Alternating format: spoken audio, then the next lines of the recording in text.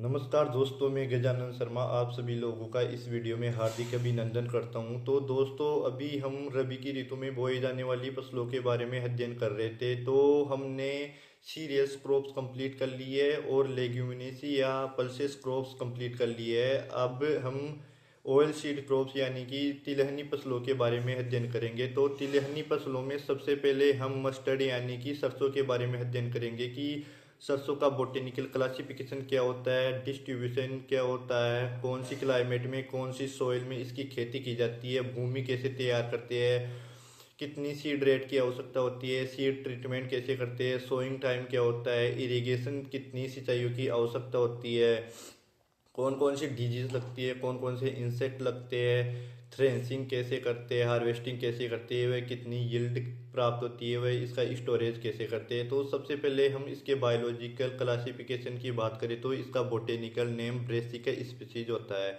और इसकी फैमिली की बात करें तो क्रूसीफेरी इसकी फैमिली मानी जाती है। उसके बाद में इसके जीनस की बात करें तो ब्रेसिका इसका जीनस होता है। किसी भी बोटेनिकल नेम का पहला लेटर वंश को यानी कि जीनस को शो करता है और सेकंड लेटर स्पीशीज को शो करता है। उसके बाद में इसकी स्पीशीज की बात करें तो इसकी बहुत सी स्पीशीज पाई जाती है जिसका आगे वीडियो में अध्ययन करेंगे। इसकी उत्पत्ति यानी कि ओरिजिन भूमध्य सागर में मानी जाती है। और इसमें गुणसूत्र यानी क्रोमोजोम नंबर की बात करें तो क्रोमोजोम नंबर 2 बराबर इसमें 36 होता है। और इसमें तेल का रंग कैरोटीनॉइड्स के कारण होता है जिसे एलाइल आइसोसाइनेट भी कहते हैं, जिसमें विटामिन ए प्रचुर मात्रा में पाया जाता है। इसके बाद में हम इसके डिस्ट्रीब्यूशन की बात करें तो संसार में या देश में भारत सरसों का सबसे अधिक उत्पादक देश है, यानी कि भारत में सबसे अधिक सरसों का उत्पादन होता है। और उसके बाद में बात करें तो Bharat, Pakistan, Canada, Poland, France आदि भी उत्पादक देश है। इसके बाद में भारत में बात करें तो राजस्थान, यूपी, एमपी, बिहार आदि में इसकी खेती की जाती है। और भारत में बात की जाए तो भारत में सबसे अधिक राजस्थान में सरसों की खेती की जाती है। इसके बाद में क्लाइमेट की बात करें तो सरसों की फसल के लिए शुष्क व ठंडी जलवायु की आवश्यकता होती है।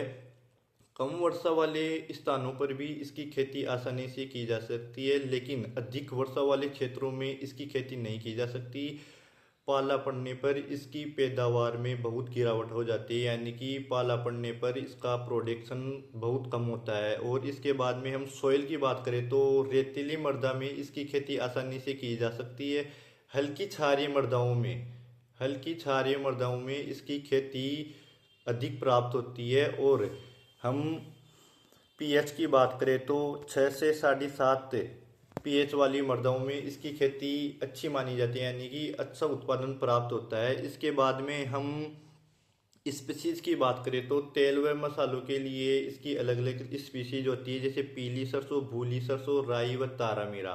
पीली सरसों का बोटेनिकल नेम ब्रेसिका अल्बा होता है। भूरी सरसों का बोटेनिकल नेम ब्रेसिका जूनासिया व राई का बोटेनिकल नेम भी ब्रेसिका जूनासिया होता है। और तारामीरा का बोटेनिकल नेम यूरोसिया सेटिवा होता है।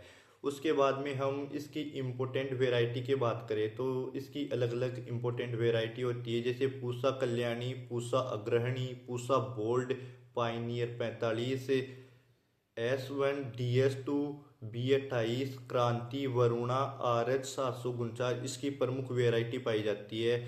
और ये सभी वेराइटी 100 से 120 दिन में पककर तैयार हो जाती है। और इसकी उपज की बात करें तो 15 से 20 क्विंटल प्रति हेक्टेयर इसकी उपज होती है। भूमि की बात करें यानी कि लैंड ऑफ प्रिपरेशन की बात करें तो खरीफ की फसल कटने के बाद में इसकी भूमि तैयार की जाती है। भूमि तैयार करने के लिए 3 से 4 जुताइयों की आवश्यकता होती है ताकि भूमि भुरभुरी व ढीली हो जाए।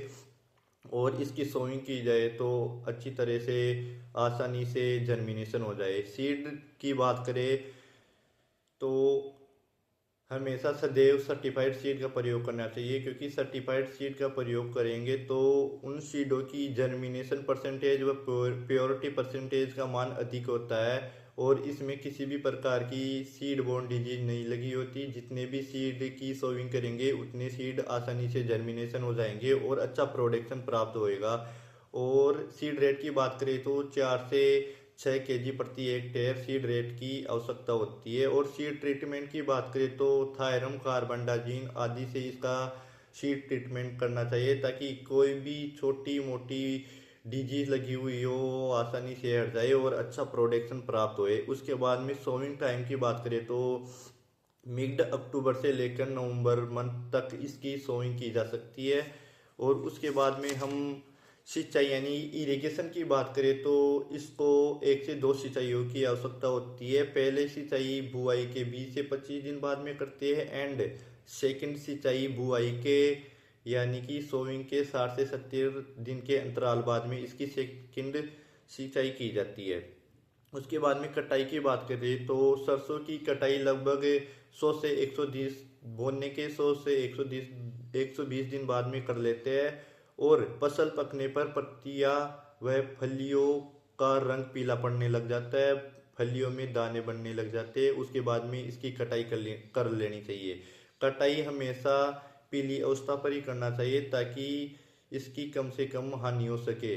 उसके बाद में उपज की बात करें तो सरसों की उपज 12 से 15 क्विंटल प्रति हेक्टेयर होती है। राई की बात करें तो राई 15 से 20 क्विंटल प्रति हेक्टेयर होता है। भंडारण की बात करें तो भंडारण हमेशा 7 से 10% नमी की मात्रा हो उस अवस्था पर भंडारण करना चाहिए। उसके बाद में इंसेक्ट की बात करें कि सरसों की फसल में कौन कौन से इंसेक्ट लगते हैं वह इसका कंट्रोल कैसे किया जाता है। तो सबसे पहले इसमें आरा मक्खी लगती है जिसका कंट्रोल एंडोसल्फोन व मेथालियोन की सहायता से किया जा सकता है। इसके बाद में इसमें एक एपिड इंसेक्ट लगता है जिसका कंट्रोल क्लोरोपाइरिफोस व मोनोक्रोटोफोस का छिड़काव करके इसका कंट्रोल किया जा सकता है। उसके बाद में हम डिजीज की बात करें तो इसमें अलग अलग डिजीज लगती है, जैसे ब्लाइट हुआ, डाउनी मिल्डी हुआ, पाउडी मिल्डी हुआ, मोजेक हुआ, जिसका कंट्रोल फंजीसाइड की सहायता से किया जा सकता है।